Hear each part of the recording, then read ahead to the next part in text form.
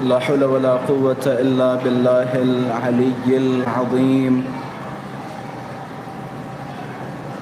أعوذ بالله من الشيطان اللعين الرجيم. بسم الله الرحمن الرحيم. الحمد لله رب العالمين، والحمد لله الذي نور قلوبنا بمحبة علوية، والحمد لله الذي جعلنا من المتمسكين بولاية المرتضوية، والحمد لله الذي فرض مودته على العربية والعجمية، وعلى مبلغ رسالاته الإلهية سيدنا ومولانا ومولى الثقلين جد الحسن والحسين أبي القاسم مصطفى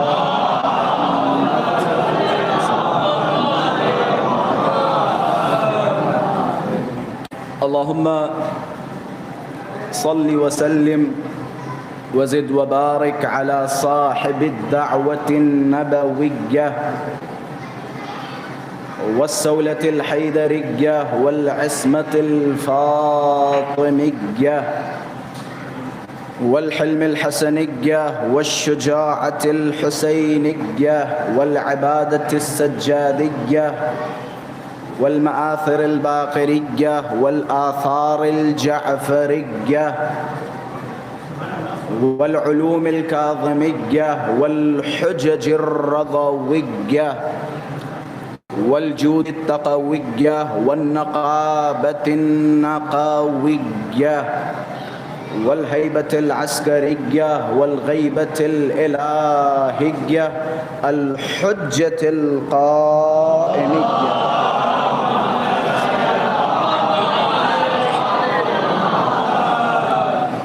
اللهم عجل لوليك الفرج والعافية والنصر، واجعلنا من أعوانه وأنصاره. أما بعد، فقد قال الله تبارك وتعالى في محكم كتابه ومتقن خطابه. بسم الله الرحمن الرحيم. إن الذين قالوا ربنا الله ثم استقاموا تتنزل عليهم الملائكة أن لا تخافوا ولا تحزنوا وأبشروا بالجنة التي كنتم توعدون. صدق الله العلي العظيم.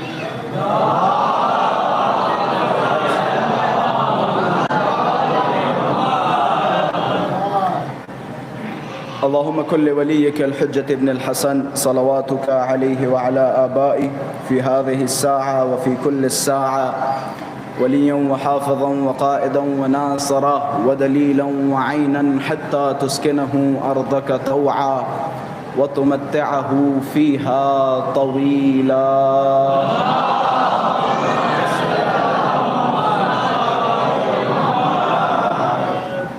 وجود ذوالجود نازنین امام زمان عجل اللہ تعالی فرجہ الشریف کی سلامتی اور حضرت کے ظہور میں تعجیل، علماء کرام، مراجعین اعظام اور آپ سب اپنی سلامتی اور اہل خانہ کی سلامتی کے لیے باواز بلند صلوات ہدیہ فرمائیں.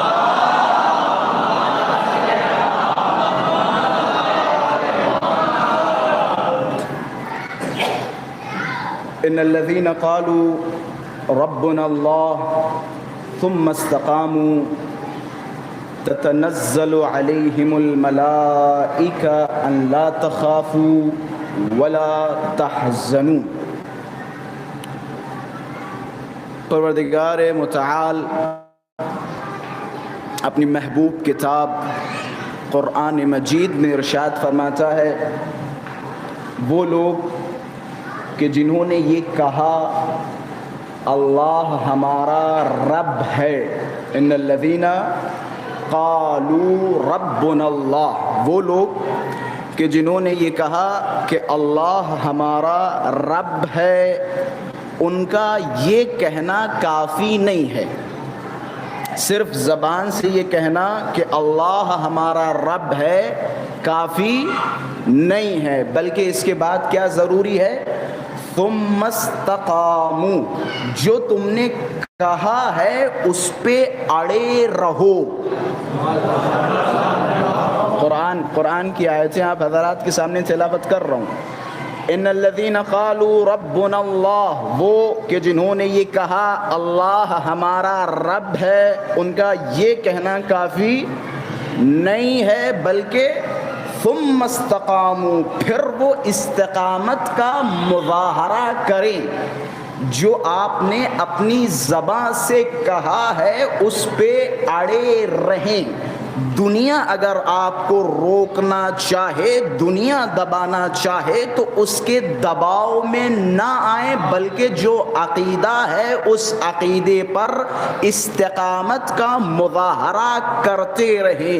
ٹھیک اسی طرح جس طرح ہم نام حسین اپنی زبان سے لیتے ہیں اور لینے کے بعد اس نام پہ اڑے رہتے ہیں، چاہے دنیا ہمیں قاتل کہے یا پھر مجرم کہے۔ دنیا کو الزام لگانے ہیں لگانے دو، دنیا کو الزام لگانے ہوں لگانے دو، دنیا ہمیں قاتل کہتی ہے کہنے دو، جو کہ خود انسان کہنے والا بخوبی جانتا ہے۔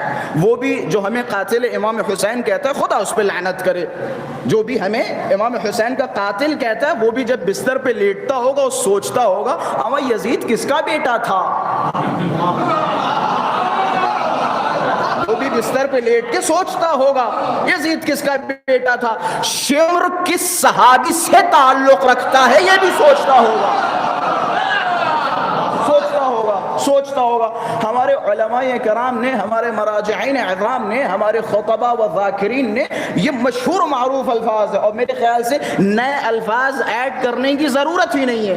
وہ افراد جو ہمیں قاتل امام حسین کہتے ہیں خدا ان پہ لعنت کرے، ہمیں تکلیف ہوتی ہے، ہمیں تکلیف ہوتی ہے جب ہم سے کوئی کہتا ہے۔ وہ قوم جو امام حسین کی مظلومیت پہ روتی ہو، وہ قوم جو دن و رات امام حسین پہ اشک بہاتی ہو، اگر اسے کوئی قاتل کہتا ہے تو یقیناً اسے تکلیف ہوتی ہے، یقیناً تکلیف ہوتی ہے۔ لہٰذا دیکھیں تکلیف کے ساتھ یہ الفاظ نکل رہے ہیں، ان الفاظ کا وزن بہت زیادہ ہے، تکلیف کے ساتھ نکل رہے ہیں۔ وہ مشہور و معروف جملات ہمارے خطبہ کرام کے، جب کوئی کہنا کہ امام حسین کے قاتل آپ ہیں، آپ نے امام حسین کو مارا، آپ کے دادا پردادا نے امام حسین کو مارا، مشہور و معروف جملہ، آ جاؤ بھیا ہم لعنت کرتے ہیں چاہے وہ ہمارے دادا ہو پردادا ہو، تم بھی تو لعنت کرو۔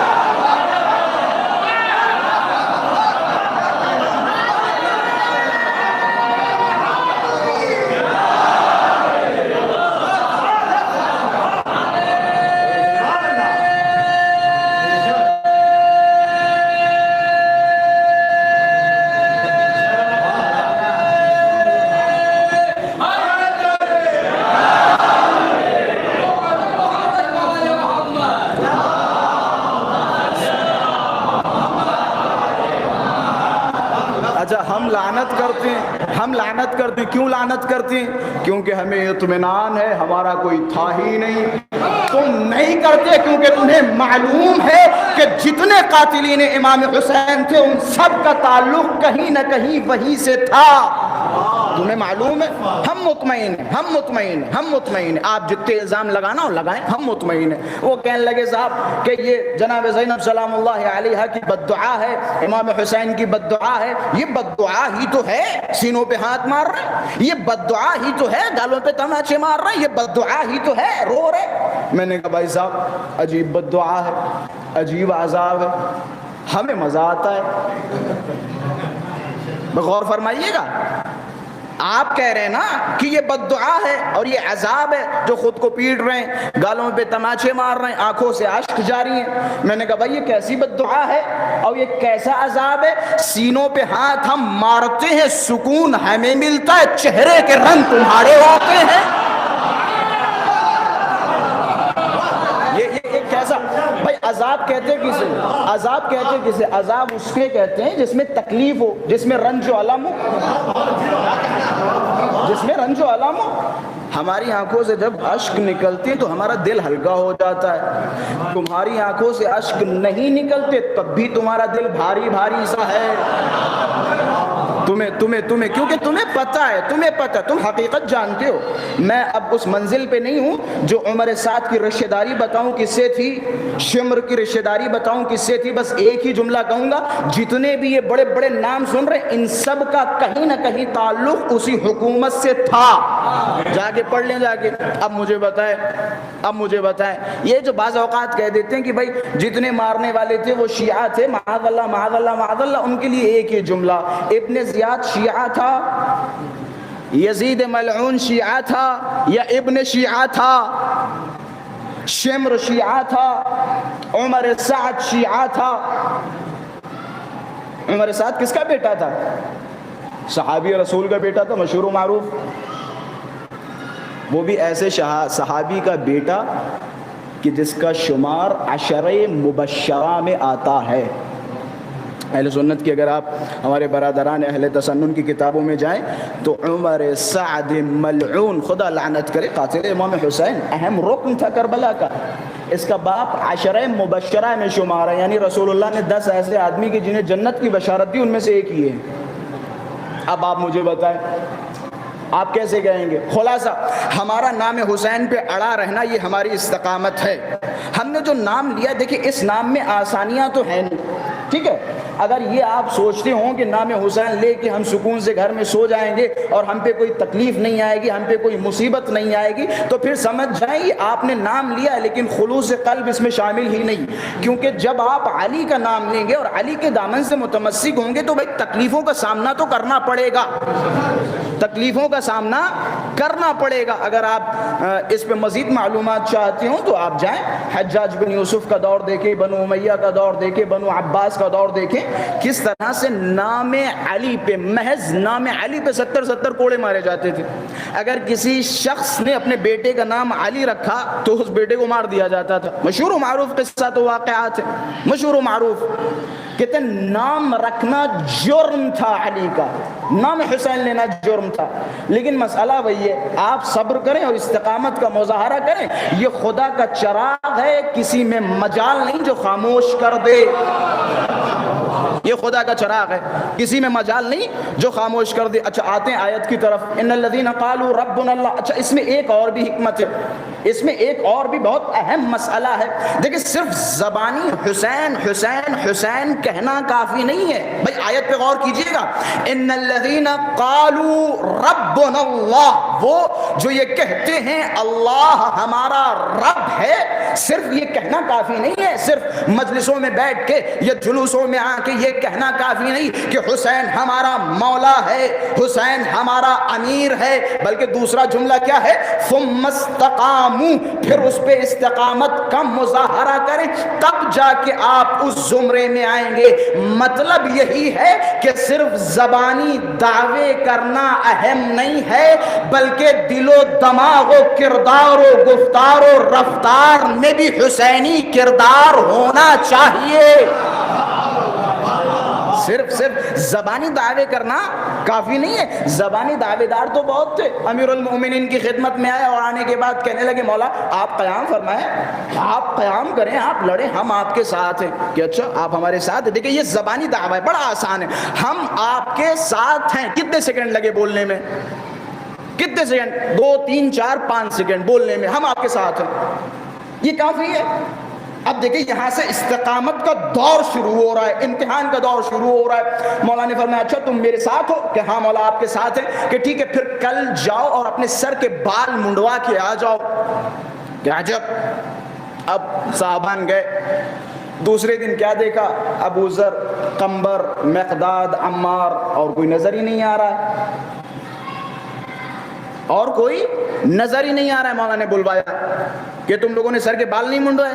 کہ مولا سر کے بالوں میں کیا رکھا ہوا ہے. اب حضرت کا جواب دیکھیں کہ جو آدمی راہ علی میں اپنے بال نہ دے سکے, کیسے ممکن ہے وہ اپنی گردن علی کی خدمت میں پیش کر دے. جو اپنے بال نہ دے سکے, جو اپنے بال نہ دے سکے, وہ کیسے ممکن ہے. امام رضا تشریف فرمائے میں زبانی دعوے بتا رہا ہوں کیونکہ آج بھی ہمارا امام زمان پردہ غیب میں ہے. جس طرح سے وہ ادوار گزرے اسی طرح سے یہ بھی دور امامت سے خالی نہیں ہے. یہ دور امامت سے خالی نہیں ہے. جس طرح سے اس دور میں امام تھے آج بھی ہمارے دور کا امام ہمیں دیکھ رہا ہے. ہم پہ نظریں ہیں امام زمان کی. امام رضا تشریف فرمائے کچھ افراد خراسان سے آئے اور آنے کے بعد کہ مولا خراسان میں آئیے, ہماری ننگی تلواریں آپ کے لیے ہیں, آپ کے ساتھ ہم لڑیں گے, قیام کریں گے, دشمنوں کے گردنیں اتار دیں گے. مولا نے کہا اچھا کہ تعالوا ادخلوا فی ھذا التنور, کہ آؤ اس تنور میں کود جاؤ. اب دیکھ رہے ہیں یا ابا الحسن اتريد ان تحرقنی فی النار, اے امام رضا کیا آپ ہمیں اس تنور میں جلانا چاہتے ہیں؟ بھئی یہ کیسے عقیدے؟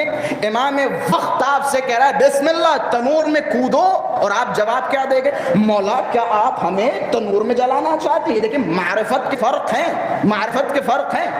اتنے میں کیا دیکھا, ہارون مکی آ گئے. ہارون مکی کی طرف مسکراتے ہوئے لب و لہجے کے ساتھ امام نے فرمایا ادخل فی ھذا التنور, اس تنور میں داخل ہو جاؤ. اب وہ خراسانی تھے کہ جن کا جواب تھا کہ مولا کیا آپ ہمیں جلانا چاہتے ہیں, یہ مولائی تھا اور مولا والا تھا. جس طرح سے زبانی دعوے کرتا تھا وہی مقام علی اور اولاد علی کا دل میں بھی تھا. اب جیسے ہی مولا کے یہ الفاظ سنے ادخل فی ھذا التنور, نہ چوں نہ چرا نہ ہاں نہ یہ پوچھا کہ مولا میں بچوں گا یا مروں گا. بس جیسے ہی مولا کی زبان سے الفاظ نکلے نہ ادھر دیکھا نہ ادھر دیکھا, بسم اللہ الرحمن الرحیم تنور کے اندر چلے گئے. اب تھوڑی دیر کے بعد یہ جو خراسانی آئے ہوئے تھے یہ آپس میں ایک دوسرے کے کانوں میں گیا جل کے بھون گیا ہوگا. ختم قصہ تمام, مولا نے جلا دیا, ایک کو قربان کر دیا, ختم ہو گیا قصہ. تھوڑی دیر کے بعد مولا نے کہا جاؤ تنور کا ڈھکن اٹھاؤ. اب جب تنور کا ڈھکن اٹھایا تو وہ شعلے کے جن سے خراسانی ڈر رہے تھے وہ تسبیح و تقدیس الہی فرما رہے ہیں. یہ اپنے زمانے کے امام پہ بھروسہ رکھو. ہمارا عقیدہ کیا ہے؟ ہمارا عقیدہ ہے امامت کے سامنے تسلیم محض, نہ چوں نہ چرا. امام سے آپ نہیں پوچھیں گے مولا کیوں کیسے, یہ امام سے نہیں سوال کیا جائے گا. استقامت یعنی تسلیم محض امام وقت کے سامنے, تسلیم محض. پھر مولا نے فرمایا ذرا بتاؤ تمہارے خراسان میں ہارون مکی جیسے کتنے ہیں؟ کتنے تمہارے خراسان میں ہارون مکی جیسے؟ اب سب ایک دوسرے کا منہ دیکھ رہے, کہنے لگے یا امام رضا خدا کی قسم پورے خراسان میں ہارون مکی جیسا ایک نہیں ہے, ایک نہیں ہے ہارون مکی جیسا. یہ صرف زبانی دعوے کرنا کافی نہیں ہے. ایمان کا تعلق تین چیزوں سے, الایمان عقد بالقلب وعمل بالارکان ونطق باللسان. ایمان کا تعلق تین چیزوں سے. پہلا عقد کہتے ہیں جوڑنے کو, جیسے وہ عقد میاں بیوی کو جوڑنا. عقد بالقلب, پہلا ایمان کا تعلق کیا ہے؟ دل سے. دوسرا ایمان کا تعلق نطق باللسان, زبان کے ذریعے جو آپ کا عقیدہ دل میں ہے وہ زبان کے ذریعے ظاہر کریں. وعمل بالارکان, اپنے عمل کے ذریعے سے, اپنے کیریکٹر کے ذریعے سے, اپنے کردار کے ذریعے سے ظاہر کریں کہ ہمارا یہ عقیدہ ہے. صرف عقیدہ, بے شک عقیدے کی اہمیت ہے, عقیدے کے بغیر آپ کا عمل قابل قبول نہیں, اس میں کوئی شک نہیں, کوئی دو رائے نہیں. لیکن ایک بندہ مثال کے طور پہ صرف اور صرف عقیدہ رکھے اور عمل سے کوئی مطلب نہیں, اور یہ کہے کہ بھیا ہمیں تو صرف عقیدہ بچائے گا, عمل کی کوئی ضرورت نہیں. یہ ہو گیا فرقہ مرجعیہ. آپ نے سنا ہے فرقہ مرجعیہ کا نام؟ یہ چھٹے امام کے دور میں تھا. یہ بھی میرے خیال سے جوانوں کے لیے ایک اہم پیغام, پھر میں انشاءاللہ فضائل کی منزل کی طرف جاؤں گا. فرقہ مرجعیہ کے بارے میں جانتے ہیں؟ بندہ شرابی ہے, جواری ہے, کبابی ہے, 50 گناہ ہے, اور کہنے لگے مولانا دل کا بہت اچھا ہے. ہوتا ہے نہیں ہوتا ہے؟ کہنے لگے سارے گناہ اس کے اندر ہیں, سارے گناہ, لیکن مولانا صاحب دل کا بہت اچھا ہے. میں نے کہا بھیا یہ پتہ نہیں دل کا اچھا ہونا کیوں شرابیوں سے ہی مختص ہے, جواریوں سے ہی مختص ہے. ہر جواری ہر شرابی دل کا بڑا اچھا ہوتا ہے. کہنے لگے دل کا بہت اچھا ہے. کہتا ہے غلط کام کرتا ہے لیکن استغفر اللہ جوئے سے پیسے جیت کے آتا ہے, غریبوں میں بانٹ دیتا ہے. دل کا بڑا اچھا ہے. اما یہ دل کا اچھا ہوتا کیونکہ عمل کا تعلق دل سے ہوتا ہے. اگر دل کا اچھا ہوتا تو یہ شراب خانوں کی طرف نہیں بلکہ مسجدوں کا رخ کرتا, مسجدوں کا رخ کرتا. یہ دل کا ہی اچھا نہیں ہے, دل کا ہی اچھا نہیں ہے. یہ تو بالکل ٹھیک ویسے ہی ہو گیا. اب میں عالم دین کا تو نام لوں گا نہیں, بہت بڑے عالم دین ہمارے بھائیوں کے, وہ ایک روایت تو آپ نے سنی ہوگی, کہتے ہیں اگر گناہ انسان کرتا ہے تو وہ 1 لکھا جاتا ہے, ثواب کرتا ہے تو 10 لکھا جاتا ہے, 10 برابر یا 10 گنا لکھا جاتا ہے. تو ایک صاحب گئے ٹھیلے سے کچھ چیزیں چرا لائے اور لوگوں میں جا کے بانٹ دی. یہ عالم ہے, میں نام نہیں لوں گا, مجلس کے بعد مجھ سے پوچھ لیجئے گا. ٹھیلے سے کچھ چیزیں چرا لے اور غریبوں میں بانٹ دی. کہنے لگے قبلہ آپ ٹھیلے سے چرا کے غریبوں میں بانٹ رہے ہیں. کہنے لگے وہ حدیث نہیں سنی, خدا گناہ 1 لکھتا ہے ثواب 10 گنا لکھتا ہے. میں نے گناہ 1 کیا ہے, ثواب 10 گنا کیا ہے. ایک صلوات پڑھے محمد والے محمد کی ذات. یہ میں کوئی فضیلت میں نہیں بیان کر رہا ہوں, یہ ان کی توہین میں بیان کر رہا ہوں. غلط مطلب نہ نکالیے گا, ایسا نہ کیجیے گا کہ گناہ کے چکر میں نمی دنم فوقات الواقعہ ہو جائے. ایک اور صلوات پڑھے محمد والے محمد کی ذات. تو خلاصہ ان الذین قالوا ربنا اللہ, وہ جو یہ کہتے ہیں اللہ ہمارا رب ہے, صرف یہ کہنا کافی نہیں ہے. ثم استقاموا, پھر اس کے بعد کیا کریں, استقامت کا مظاہرہ کریں. جو آپ کا عقیدہ ہے, جو آپ کا بلیف ہے, جو آپ کا ایمان ہے, اس پہ اڑے رہیں. کسی کی باتوں کی وجہ سے آپ اپنے عقیدے نہ چھوڑیں, کسی کی توہین کی وجہ سے آپ اپنے عقیدے نہ چھوڑیں. یہ نہ کہیں کہ قبلہ ہمارے ماتم پہ فلاں صاحب ہنسنے دو, ہمارے رونے پہ فلاں صاحب ہنسنے دو, ہمارے ماتم پہ نمی دنم ہمارے گریے پہ ہنسنے دو, ہماری مجلسوں پہ ہنسنے دو. وہ تو ہماری نمازوں پہ بھی ہنستے, تو کیا ہم نماز چھوڑ دیں گے؟ ہمارے روزوں پہ ہنستے, کہتے ہیں یہ بے وقوف ہے, صبح سے شام تک روزے رکھتے بھوکے رہتے, تو کیا ہم روزے چھوڑ دیں؟ وہ ہماری 50 چیزوں پہ ہنستے ہیں. کسی کے ہنسنے کی وجہ سے ہم اپنی کوئی عبادت تو چھوڑ نہیں سکتے. کسی کے ہنسنے کی وجہ سے بھائی ہم نے تو استقامت کی قسم اٹھائی ہے کہ ہم استقامت کا مظاہرہ کریں گے, ہم اپنی چیزوں پہ اڑے رہیں گے, پھر آپ پیچھے کیسے ہو گئے؟ آپ خدا کی قسم یقین کریں اس آیت پہ, آیت کے بعد والے جملے تو بھی سنائے ہی نہیں آپ کو. کہتے وہ جو یہ کہیں اللہ ہمارا رب ہے, ثم استقاموا, پھر وہ استقامت کا مظاہرہ کریں, اڑے رہیں. آپ اکیلے اس کام میں نہیں ہیں, اگر آپ اڑے رہے تو پھر کیا ہوگا؟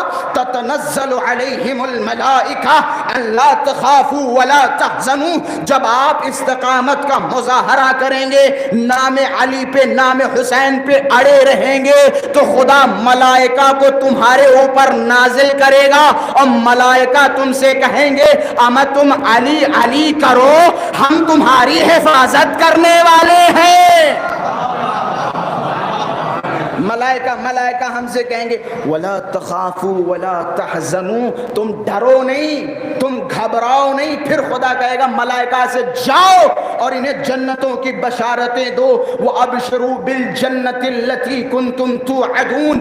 اگر تم نے استقامت کا مظاہرہ کیا, اگر تم اڑے رہے, تو ملائکہ تم پہ نازل ہوں گے. ملائکہ تم سے کہیں گے کہ تم گھبراؤ نہیں, تم ڈرو نہیں. وابشروا, اور انہیں اس جنت کی بشارت دو جس جنت کا تم سے وعدہ کیا گیا ہے.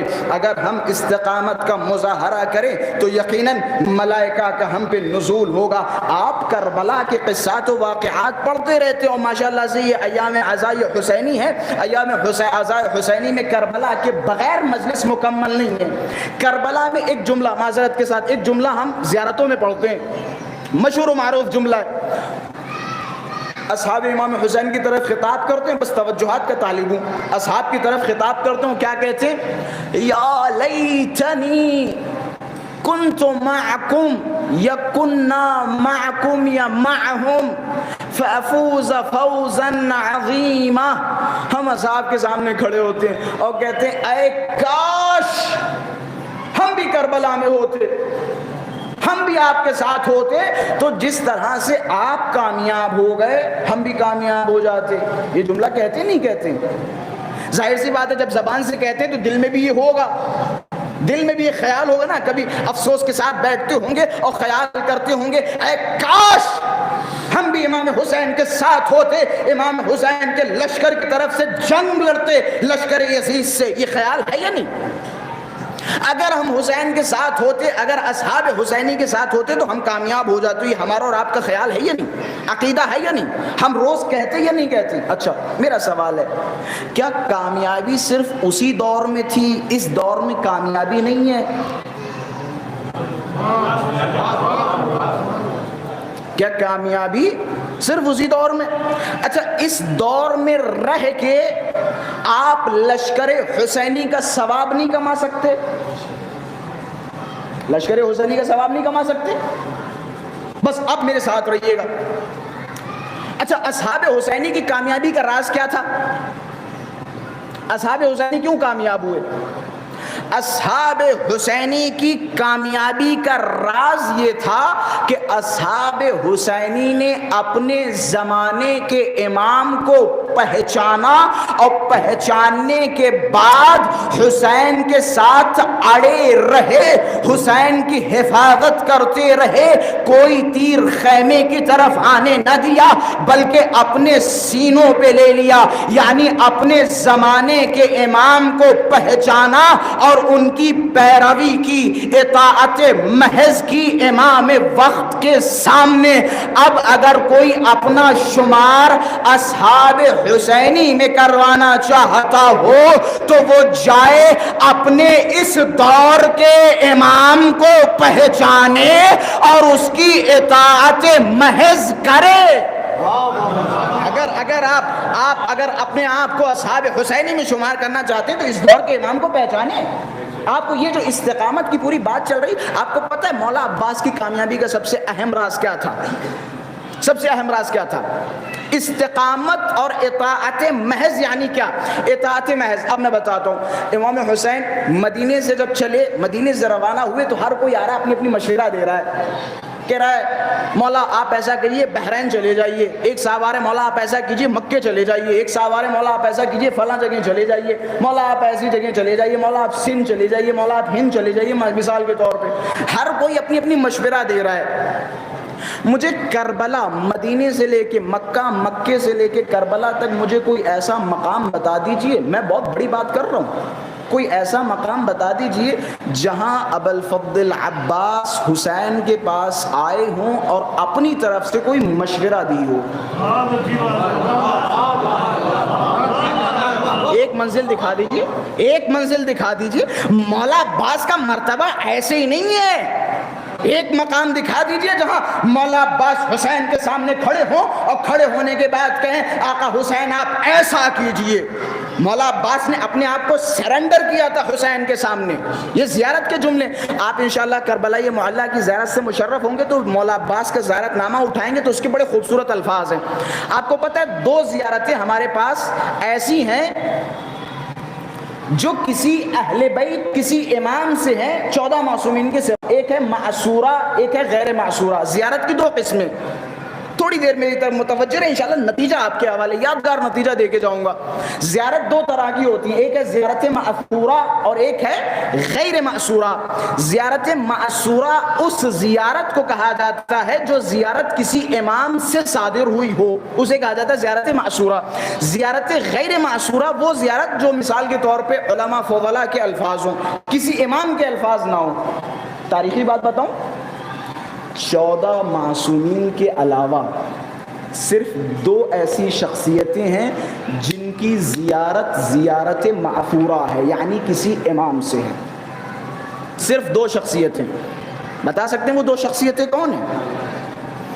ایک معصومہ قم سلام اللہ علیہا، اور دوسری شخصیت کہ جس کی زیارت معفورہ ہے یعنی کسی امام سے ہے، اور وہ زیارت ہے چھٹے امام سے، اور وہ شخصیت ہے مولا ابوالفضل عباس جن کی زیارت معصورہ. اچھا یہ میں مقدمہ کیوں بنا رہا ہوں؟ کیونکہ ایک عظیم منزل کی طرف لے جا رہا ہوں. مقدمہ ضروری ہے. مقدمہ اگر جن کے سمجھ میں آئے تو انشاءاللہ وہ نتیجہ بھی ان کے سمجھ میں آئے گا، اور جنہوں نے مقدمے پہ غور نہیں کیا ہوگا تو نتیجہ بھی ان سے پرے رہے گا انشاءاللہ.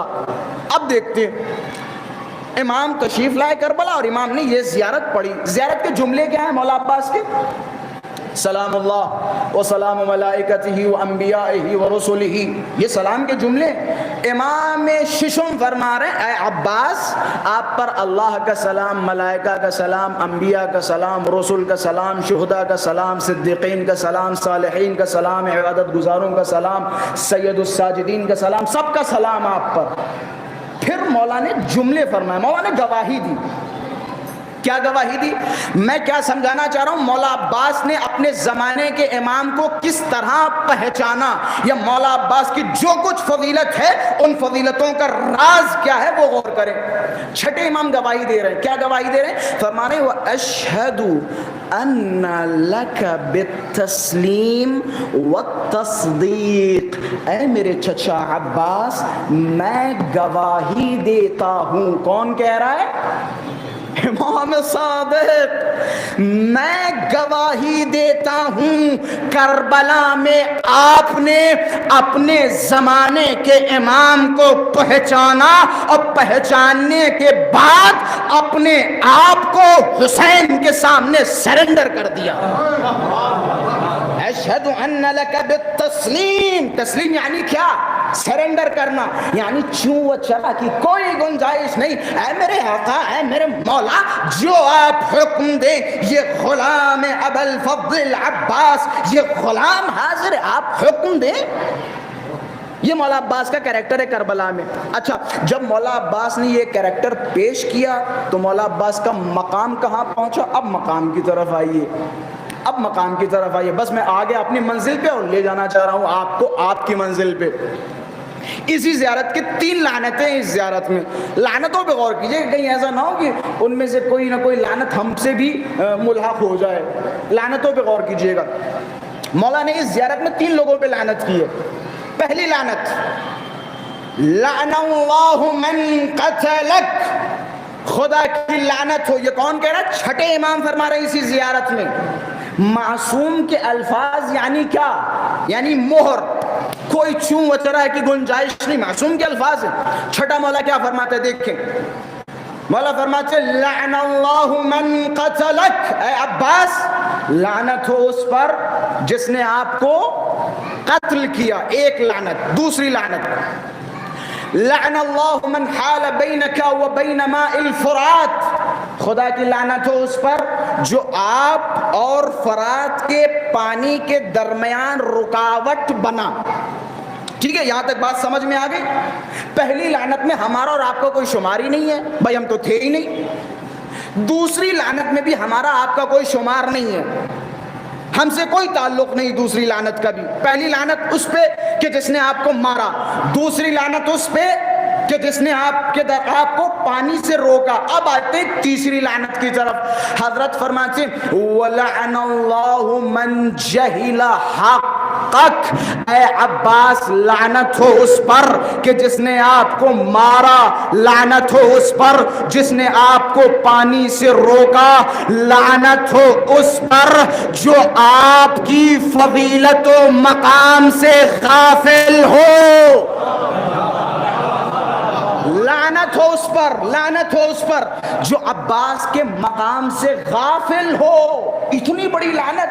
اچھا، 2 طرح کی لعنتیں ملتی. ایک آتے حدیث کی طرف من مات ولم يعرف امام زمانہ مات میتۃ جاہلیہ، جو مر جائے اپنے زمانے کے امام کو نہ پہچانے اس کی موت جاہلیت کی موت ہے. اور امام نے فرمایا لعنت ہو اس پر جو عباس کو نہ پہچانے. اما جملے دیکھیں، 2 معرفتیں اور 2 مختلف الفاظ کے ساتھ. یعنی جو امام زمانہ کی معرفت کے بغیر مر جائے اس کی موت جہالت کی موت ہے، اور جو عباس کی معرفت کے بغیر مر جائے دنیا میں بھی اس پہ لعنت ہے اور آخرت میں بھی اس پہ لعنت ہے. یہ مقام ہے عباس کا، یہ مقام ہے. ہمیں تو ابوالفضل عباس کے مقام سے آشنائی ہی نہیں ہے، ہمیں نہیں پتا مولا کا مقام کیا ہے. مولا نے فرمایا تمہیں پتہ ہے؟ امام سجاد کیا فرماتے تمہیں پتہ ہے میرے چچا عباس کا مقام کیا ہے، میرے چچا عباس کا مرتبہ کیا ہے؟ کہ تو جنت میں خداوند متعال میرے چچا عباس کو 2 بالوں پر دے گا. جب وہ بالوں پر سے جنت کی فضا میں اڑیں گے تو ایک طرف جبرائیل تعجب کریں گے، کہیں موسیٰ تعجب کریں گے، کہیں عیسیٰ تعجب کریں گے، کہیں جعفر طیار تعجب کریں گے، کہیں گے پروردگارا یہ کون ہے جسے اتنی جلال و عظمت دے رکھی ہے.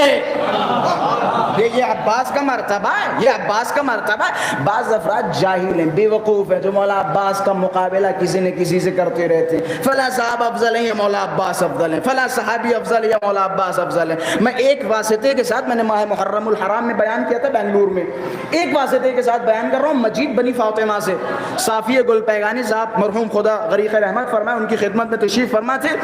صافی صاحب سے کہنے لگے، ایک صاحب آئے اور کہنے لگے کہ قبلہ مولا عباس افضل ہیں یا جناب سلمان؟ کہ مولا عباس افضل ہیں یا جناب سلمان؟ کہ جناب سلمان کے بارے میں رسول گرامی نے فرمایا کہ سلمان ہم اہل بیت میں سے ہیں. کہتے اب میں کنفیوز ہو گیا، مولا عباس افضل ہیں یا جناب سلمان؟ میں جوانوں کی سے خاص توجہ چاہوں گا، یا جناب سلمان؟ کہتے جناب صافی گل پیغانی صاحب کا چہرہ متغیر ہوا اور اس شخص کی طرف خطاب کرتے ہوئے فرمایا کہ خبردار، یہ کیسا مقایسہ ہے، یہ کیسا سوال ہے کہ مولا عباس افضل ہیں یا جناب سلمان؟ ارے عباس کے مرتبے کے لیے صرف اتنا کافی کہ عباس اگر دعا کرے تو خدا 70,000 سلمان پیدا کر دے.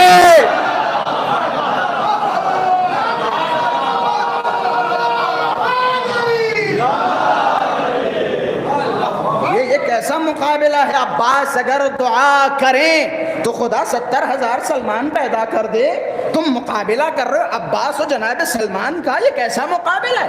ایک کربلا کے بہت بڑے عالم دین، بڑا مشہور زمان قصہ ہے، کربلا کے بہت بڑے عالم دین، انہوں نے ایک دن بیٹھے اور بیٹھنے کے بعد کہنے لگے مولا عباس شجاع تھے، جری تھے، بہادر تھے، ہمتی تھے، ثابت قدم تھے، سب کی آس تھے، حسین کی آس تھے، ساری فضیلتیں تھی، لیکن مولا عباس اتنا پڑھے لکھے نہیں تھے. یہ ایک عالم دین کے جملے، کربلا کے ایک عالم دین کہنے لگے سب کچھ تھا لیکن مولا عباس آن چنان پڑھے لکھے نہیں تھے. کہ کیوں؟ کہ اگر آپ مولا عباس کی زندگی میں جائیں تو شجاعت کے آپ کو قصات و واقعات ملیں گے، شجاعت کے نمونے ملیں گے. جنگ صفین اٹھائیں، کربلا یہ محلہ دکھائیں، شجاعت کے نمونے ملیں گے، لیکن علمی نمونے مولا عباس سے آپ کو نہیں ملیں گے. کہ کیوں؟ کہ نہ کوئی حدیثیں اتنی زیادہ ہیں، نہ کوئی روایتیں ہیں، نہ کوئی کلام ہے، کیسے پہچانے؟ لہٰذا میرا یہ گمان ہے کہ میں مولا عباس سے زیادہ پڑھا لکھا ہوں. علماء نے ان کے اوپر ہجوم کیا کہ خبردار کیسی باتیں کر رہے ہو. اب دیکھیں الفاظ کہ خبردار یہ کیسی باتیں کر رہے ہو کہ آپ اپنے آپ کو مولا عباس سے افضل سمجھ رہے ہو، آپ اپنے آپ کو مولا عباس سے زیادہ عالم سمجھ رہے ہو. کہتے ہیں یہ صاحب گھر چلے گئے، کربلا کے علماء کو خبر ملی. ایک صلوات پڑھے محمد والے محمد کے ساتھ.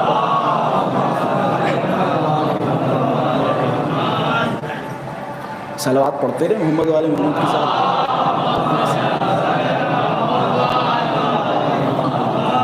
اللہم صل علی محمد،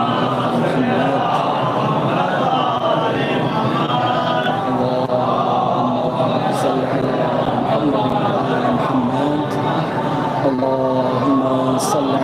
محمد وآل محمد، اللہم صل علی محمد وآل محمد، اللہم صل علی محمد وآل محمد، اللہم صل علی محمد وآل محمد، اللہم صل علی محمد وآل محمد،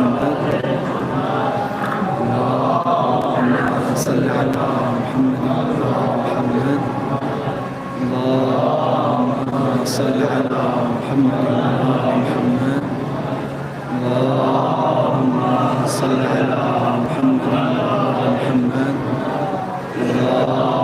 اللہم صل علی محمد وآل محمد، اللہم صل علی محمد وآل محمد، اللہم صل علی محمد وآل محمد، اللہم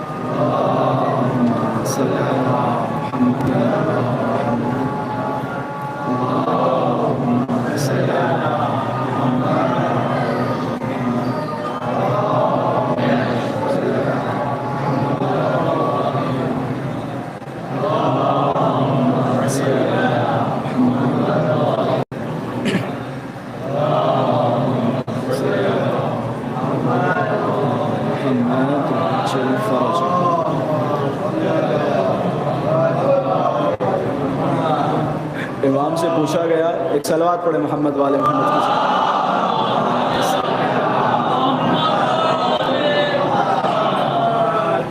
امام سے پوچھا گیا کہ مولا جناب عیسیٰ کو روح اللہ کیوں کہا جاتا ہے؟ تو حضرت نے فرمایا لکثرت صلاتہ علی محمد و آل محمد، کہ عیسیٰ کو روح اللہ اس لیے کہا جاتا ہے کیونکہ عیسیٰ آل محمد پہ صلوات بہت زیادہ بھیجا کرتے ہیں۔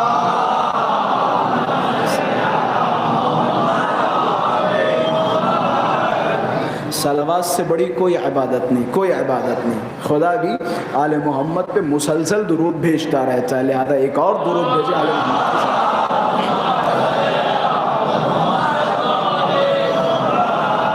اچھا، جو اول وقت نماز پڑھنے کے عادی ہوں تو وہ جا سکتے ہیں، کوئی مسئلہ نہیں، کوئی حرج نہیں، اور صلوات پڑھے محمد والے محمد۔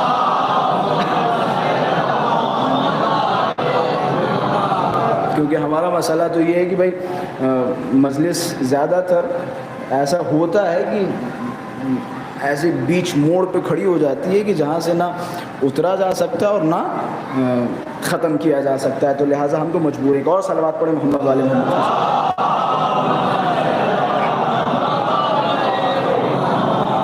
آتے ہیں انہی الفاظ کی طرف اور انشاءاللہ اختتام کی منزلوں کی طرف۔ ایک صاحب نے دعویٰ کیا کہ بھائی مولا عباس سے زیادہ میرے پاس علم ہے۔ کربلا کے علماء کو پتہ چلا، یہ صاحب چلے گئے اپنے گھر۔ اب جب گھر چلے گئے تو جب کربلا کے علماء میں ہنگامہ ہوا تو علماء جمع ہوئے کہ چلو بھائی اس کے گھر چلتے ہیں، اسے تلاش کرتے ہیں۔ اب جب اس کے گھر پہنچے تو اس کی بیوی نے کہا کہ وہ تو حرم ابوالفضل عباس کی طرف گئے، کہ کیوں؟ کہ پتہ نہیں اچانک رات میں اٹھے اور بھاگتے ہوئے مولا عباس کے حرم کی طرف چلے گئے۔ اب یہ سارے علماء جمع ہوئے اور مولا ابوالفضل عباس کے حرم میں پہنچے۔ اب جب حرم کی طرف پہنچے تو کیا دیکھا؟ وہی شخص جو دعوی علمی کر رہا تھا اور یہ کہہ رہا تھا کہ میرے پاس عباس سے زیادہ علم ہے، وہ اپنے آپ کو ابوالفضل عباس کی زری سے باندھے ہوئے پڑا ہے۔ جملے سنیے گا، اپنے آپ کو مولا عباس کی زری سے باندھے ہوئے پڑا۔ اب جب علماء کرام پہنچے اور اس کی طرف دیکھا کہ احمد کل تک تو تم دعوے کر رہے تھے کہ میرے پاس عباس سے زیادہ علم ہے، عباس کے پاس اتنا علم نہیں تھا، آج کیا ہو گیا جو تم اپنے آپ کو ذریح ابوالفضل عباس سے باندھے ہوئے ہو؟ اب یہ شخص رونے لگا، عالم دین رونے لگا، روتے روتے فرمایا کہ کل رات میں نے خواب دیکھا، ایک نشست میں بیٹھا ہوا تھا، سارے علماء میرے ارد گرد تھے، اچانک دروازہ کھلا، ایک نورانی چہرہ گھر میں داخل ہوا۔ اب جیسے ہی وہ چہرہ گھر میں داخل ہوا، سارے علماء اپنی زمینوں پہ کھڑے ہو گئے اور کہنے لگے عباس آ رہے ہیں، کہ سارے علماء اپنی جگہ سے کھڑے ہوئے اور کہنے لگے عباس آ رہے ہیں۔ کہ ہم سارے کھڑے ہوئے، ابو الفضل عباس میری طرف انہوں نے دیکھا اور میری طرف دیکھنے کے بعد خطاب کیا کہ ذرا بتاؤ تم اپنے مسائل حل کیسے کرتے ہو؟ اب یہ عالم دین کہنے لگا کہ ہم اپنے مسائل قرآن کے ذریعے حل کرتے ہیں، احادیث کے ذریعے حل کرتے ہیں، استدلال کے ذریعے حل کرتے ہیں، استنباط کے ذریعے حل کرتے ہیں۔ اب دیکھیں مولا عباس کا جملہ کہ تم اپنے مسائل استنباط کر کے حل کرتے ہو، استدلال کر کے حل کرتے ہو، لیکن ہمیں اپنے مسائل حل کرنے کے لیے استنباط کی ضرورت نہیں ہوتی، استدلال کی ضرورت نہیں ہوتی، بلکہ ہم ڈائریکٹ وحی الہی سے اپنے مسائل حل کرتے ہیں۔ وحی الہی ہمارے گھر میں ہے، وحی الہی ہمارے گھر میں ہے، ہم وحی الہی سے اپنے مسائل حل کرتے ہیں، ہم وحی الہی سے مسائل حل کرتے ہیں۔ اچھا یہ تو باب ہو گیا خود مولا عباس علیہ السلام کی زبان مبارک سے۔ میں ابو دھابی میں تھا تو علامہ ذیشان حیدر جوادی صاحب کی ایک مختصر باب ابو الفضل عباس علیہ السلام پہ بنام قمر ابن ہاشم مختصر کتاب پڑھی ہوئی تھی، تو میری اس پہ نظر گئی۔ اس میں ایک واقعہ میں نے دیکھا، بڑا زبردست واقعہ ہے۔ کہنے لگے 8ویں امام یا 9ویں امام کے دور میں ابو ہاشم جعفری یہ مولا کی خدمت میں آئے۔ ابو ہاشم جعفری کہتے ہیں جب میں 9ویں امام کی خدمت میں گیا تو میں نے دیکھا، میں بتانا چاہ رہا ہوں مولا عباس کا علم، وہ جملہ یاد رکھیے گا عالم کا، بس میں اختتام کی منزلوں کی طرف۔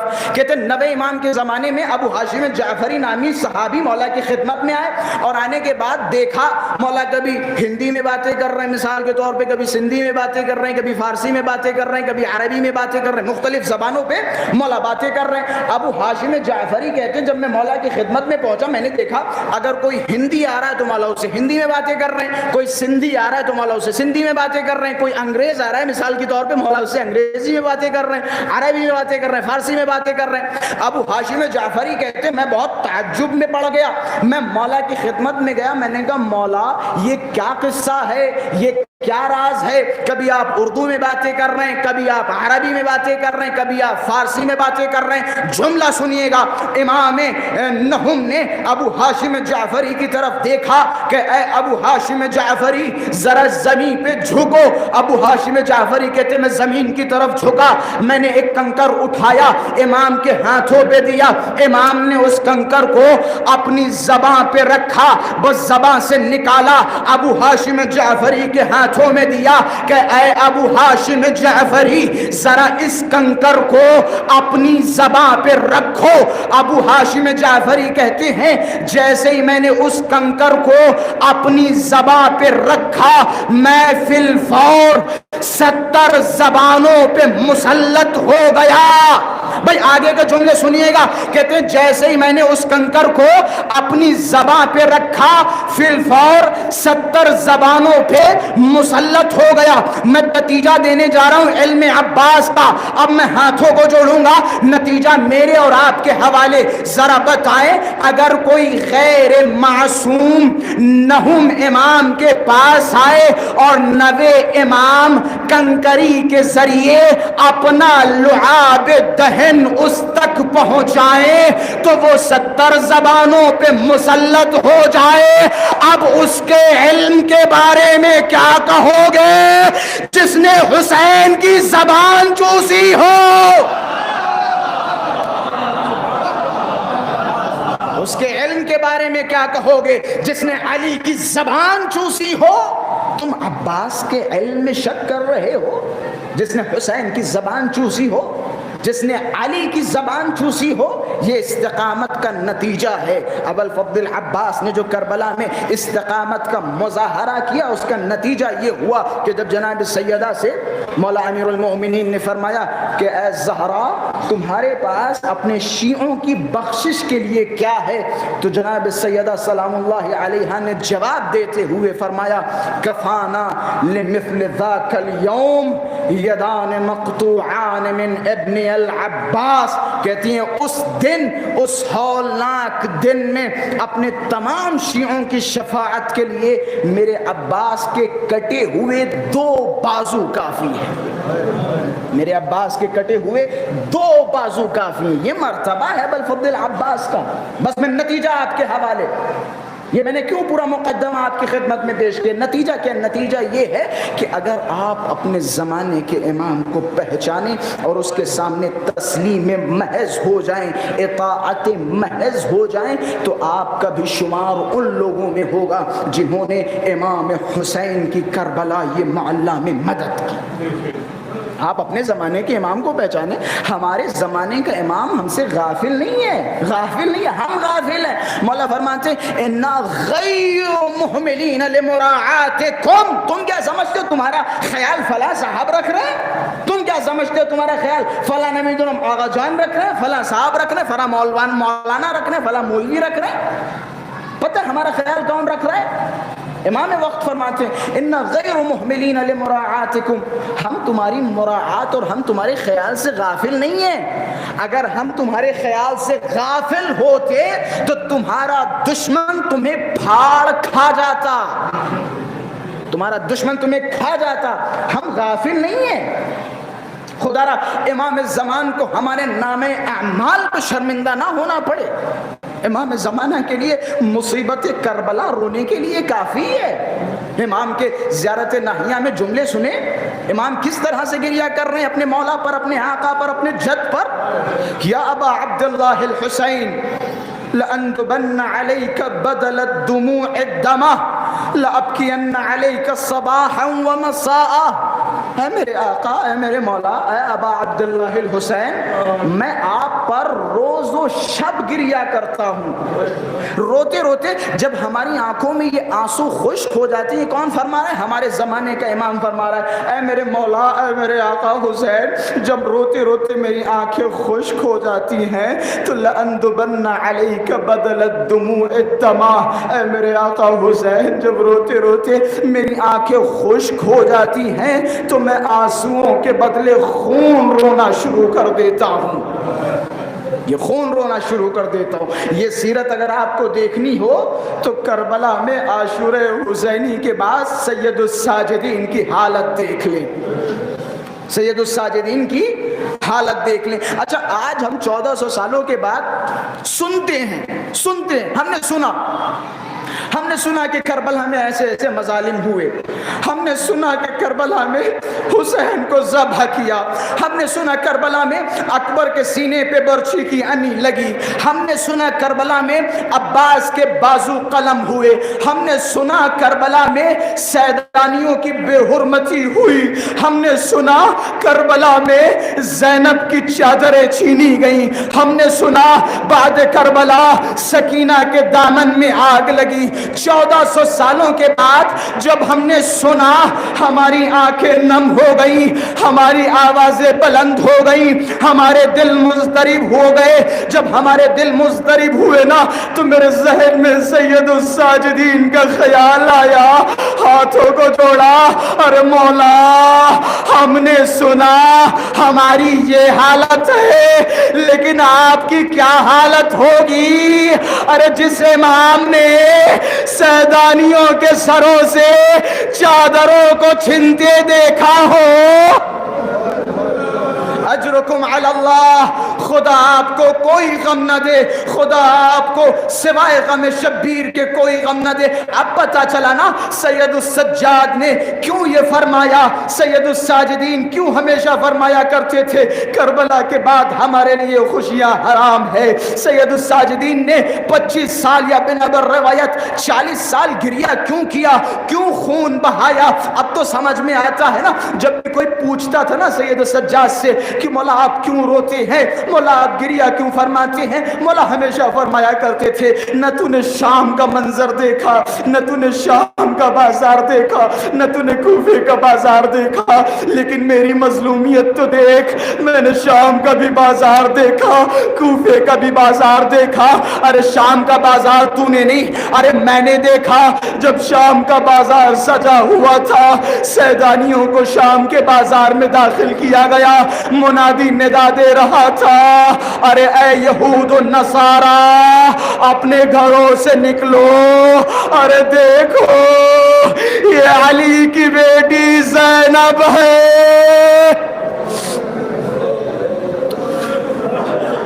خدا آپ کو کوئی غم نہ دے، دیکھو یہ علی کی بیٹی زینب ہے۔ آپ کو پتہ نا سید سجاد نے کربلا کے بعد کسی خوشی میں شرکت نہیں کی۔ ایک صاحب مولا کے پاس آئے اور آنے کے بعد فرمایا مولا میرے بیٹے کی شادی ہے اور میں چاہتا ہوں آپ ان امامت والے ہاتھوں سے میرے بیٹے کے سر پہ صحرا سجائیں۔ اب جیسے یہ لفظ سنا نا امام سجاد نے، امام سجاد رونے لگے اور فرمایا اے شخص، کربلا کے بعد خوشیاں ہم پہ حرام ہیں۔ اب جب اس نے بہت زیادہ اصرار کیا نا کہ مولا میرے بیٹے کی خواہش ہے کہ آپ اس کے سر پہ دستار امامت سے اپنے امامت والے ہاتھوں سے اس کے سر پہ دستار باندھے، قربان ہو ہماری جوانیاں مولا سجاد پہ کہ مولا آپ اپنے ہاتھوں سے میرے بیٹے کے سر پہ صحرا باندھے۔ اب جب اس نے بہت زیادہ اصرار کیا، مولا نے کہا ٹھیک ہے میں کچھ منٹ کے لیے تیرے گھر آؤں گا اور تیرے بیٹے کے سر پہ صحرا باندھوں گا۔ روایت کے جملے ہیں امام سجاد جب اس کے گھر پہ پہنچے، دستار لی اور سر پہ باندھنا شروع کی۔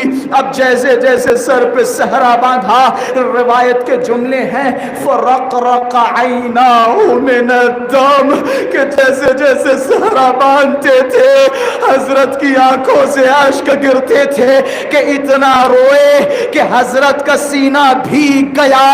اب جملہ سنیے گا، پوچھنے والے نے سوال کیا مولا آپ خوشی کے ماحول میں جوان کے سر پہ صحرا باندھ رہے ہیں، اپنی آنکھوں سے آنسو بہا رہے ہیں، عجب نہیں۔ مولا سجاد نے فرمایا ارے جب میں نے اس جوان کے سر پہ صحرا باندھا تو کربلا کا اپنا جوان یاد آ گیا، ارے میرا بھی ایک بھائی تھا، بھائی کی تمنا تھی اس کے سر پہ صحرا باندھوں، لیکن ہائے رے صحرے کے جگہ کلیجے میں برچھی چبھی۔ اللہ اللہ، بس میں نے تمام کیے مصائب، بس میں نے ختم کیے مصائب۔ سید سجاد کی مظلومیت بتاؤں کہ کربلا کے بعد سید سجاد کے ہاتھوں میں ہتکڑیاں تھی، پیروں میں بیڑیاں تھی، گلے میں توق تھا، کمر میں لنگر تھا۔ امام سجاد کیونکہ ننگے پیر چل رہے تھے، پیروں میں چھوٹے چھوٹے سے آبلے تھے، ان آبلوں میں ننھے ننھے سے کانٹے تھے، چلنے کی وجہ سے پیروں میں چھالے پڑ گئے تھے۔ سید سجاد فرماتے ہیں میرے ہاتھوں میں ہتکڑیاں تھی، میرے گلے میں رسی تھی، میں جھک نہیں سکتا جو اپنے پیروں کے کانٹے نکالوں۔ فرماتے ایک جگہ جب ہمیں بٹھا دیا گیا، سیدانیوں کو آزاد کیا گیا، اب جب سیدانیوں کو آزاد کیا گیا میں نے کیا دیکھا، ایک 4 سال کی بچی جیسے ہی ہاتھوں سے رسن کھلی دوڑتی ہوئی میرے پاس آئی، ننھے ننھے ہاتھوں سے میرے پیروں کو پکڑا اور چھوٹے چھوٹے کانٹے نکالنا شروع کیا۔ اب جیسے ہی میرے پیروں سے کانٹے نکالے شام غریبہ کا منظر یاد آ گیا، ارے شام غریبہ خیموں میں آگ، بچی کے دامن میں بچی کبھی در بھاگتی ہے، بابا میرے گالوں پہ تماچے لگے، بابا کوئی مدد کرنے والا نہیں ہے، سجاد مجبور ہے۔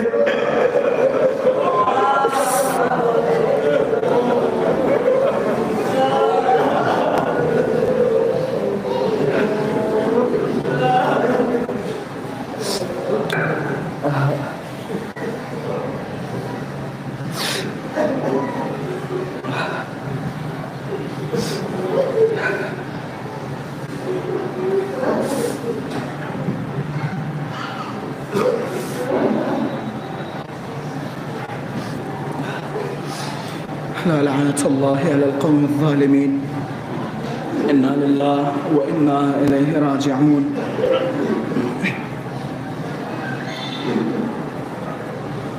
رضا بقضائه وتسليما لأمره. پروردگارہ ہماری اس مختصر عبادت کو قبول فرما. پروردگارہ ہماری آنکھوں سے نکلنے والے ان آنسوؤں کو قبول فرما. پروردگارہ ہماری آنکھوں سے نکلنے والے آنسوؤں کو رومال سیدہ میں جگہ عطا فرما. پروردگارہ امام زمانہ کے ظہور میں تعجیل فرما. پروردگارہ بحق سید الشہداء امام زمانہ کے ظہور میں تعجیل فرما.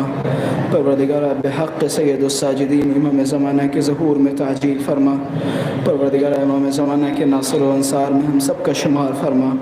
اللہم کل ولیک الحجۃ ابن الحسن صلواتک علیہ وعلی آبائی فی هذه الساعة وفي كل الساعة وليا وحافظا وقائدا وناصرا ودليلا وعينا حتى تسكنه أرضك طوعا وتمتعه فيها طويلا. پروردگارہ جس مرحوم کے ایصال ثواب کے لیے اس مجلس کا انعقاد کیا گیا، پروردگارہ اس کی روح کو شاد و آباد فرما. پروردگارہ جوار معصومین علیہم السلام میں جگہ عطا فرما. پروردگارہ اس مرحوم کے گناہان صغیر و کبیرہ کو معاف فرما. آپ حضرات سے التماس ہے 1 مرتبہ سورہ حمد اور 3 مرتبہ سورہ اخلاص کی تلاوت فرما کر. جی سید قائم رضوی